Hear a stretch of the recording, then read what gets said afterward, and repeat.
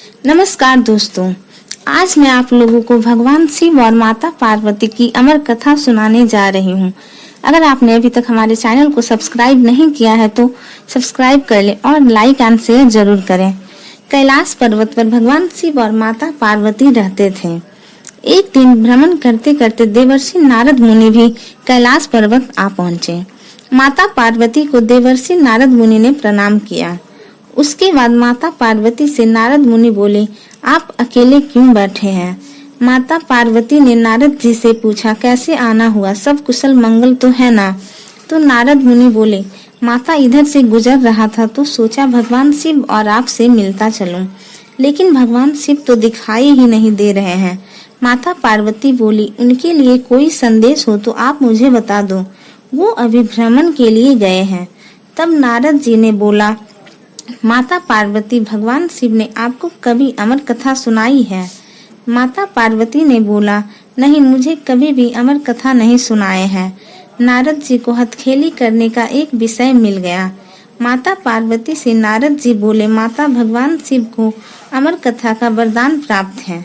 अगर कोई भी उस अमर कथा को सुनेगा तो वो अमर हो जाएगा, परंतु भगवान शिव ने अभी तक आपको अमर कथा क्यों नहीं सुनाई? माता पार्वती बोलती है, ऐसी बात नहीं है नारद, मैंने उनसे कभी भी अमर कथा सुनाने का जिक्र ही नहीं किया, तो उन्होंने सुनाया भी नहीं।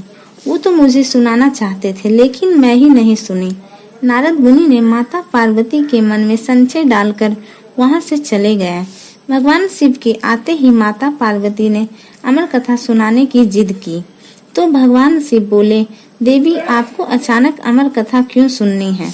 भगवान शिव ने माता पार्वती की अमर कथा सुनने की तीव्र इच्छा जानने के लिए उन्होंने अपने दिव्य दृष्टि से नारद मुनि पता लगा लिया। तब भगवान शिव बोले, देवी, अमर कथा संध्या समय में नहीं सुना जाता, ये प्रातः काल में सुना जाता है।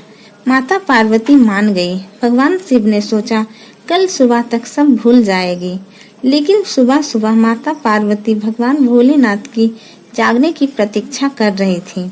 जैसे ही वो जागे, माता पार्वती बोली, सुनाइए कथा।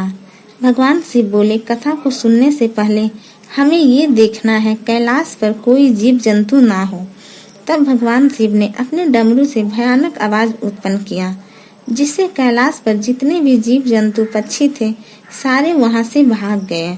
भगवान शिव बोले, देवी, आस पास देख कर सुनिश्चित कर लो, कोई जीव या जंतु तो नहीं है ना?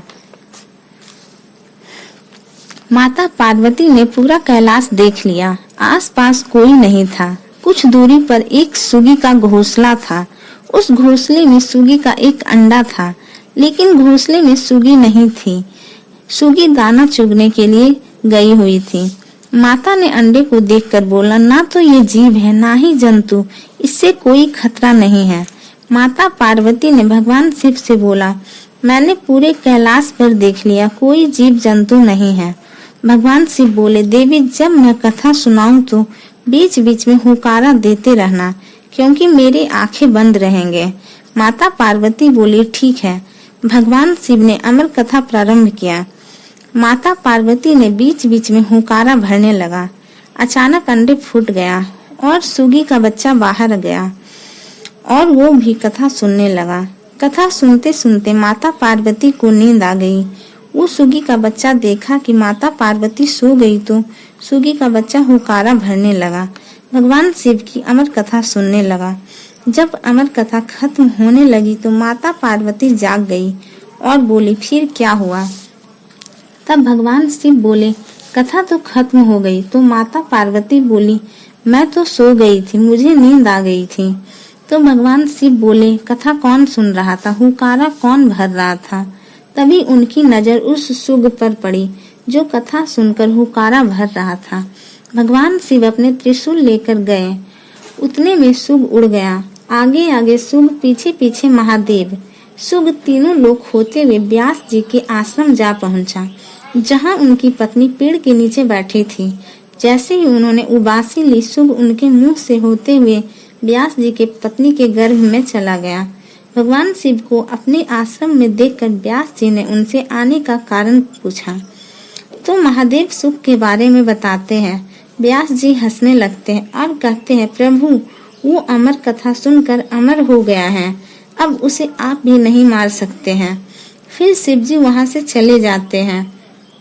यही सुख व्यास जी का पुत्र बना। गर्भ में उसने वेद पुराण और उपनिषदों का ज्ञान प्राप्त किया। वह माता के गर्भ में 12 वर्ष तक रहे। तो व्यास जी अपने दिव्य दृष्टि से पूछा, पुत्र तुम बाहर क्यों नहीं आ रहे हो? तब वो बोले, माया के प्रभाव में ना पड़ जाऊं, इसलिए बाहर नहीं आना चाहता हूँ। जब तक स्वयं श्री कृष्ण आकर मुझे आश्वासन ना दे तब तक मैं बाहर नहीं आऊंगा। तब देवर्षि नारद के कहने पर भगवान श्री कृष्ण आकर कहते हैं, तुम्हें जन्म लेने पर भी माया स्पर्श नहीं कर पाएगी। तब वो बाहर आए और पिता से पूरे भागवत का ज्ञान प्राप्त किया। तो दोस्तों, आपको ये कहानी कैसी लगी कमेंट बॉक्स में जरूर बताइएगा।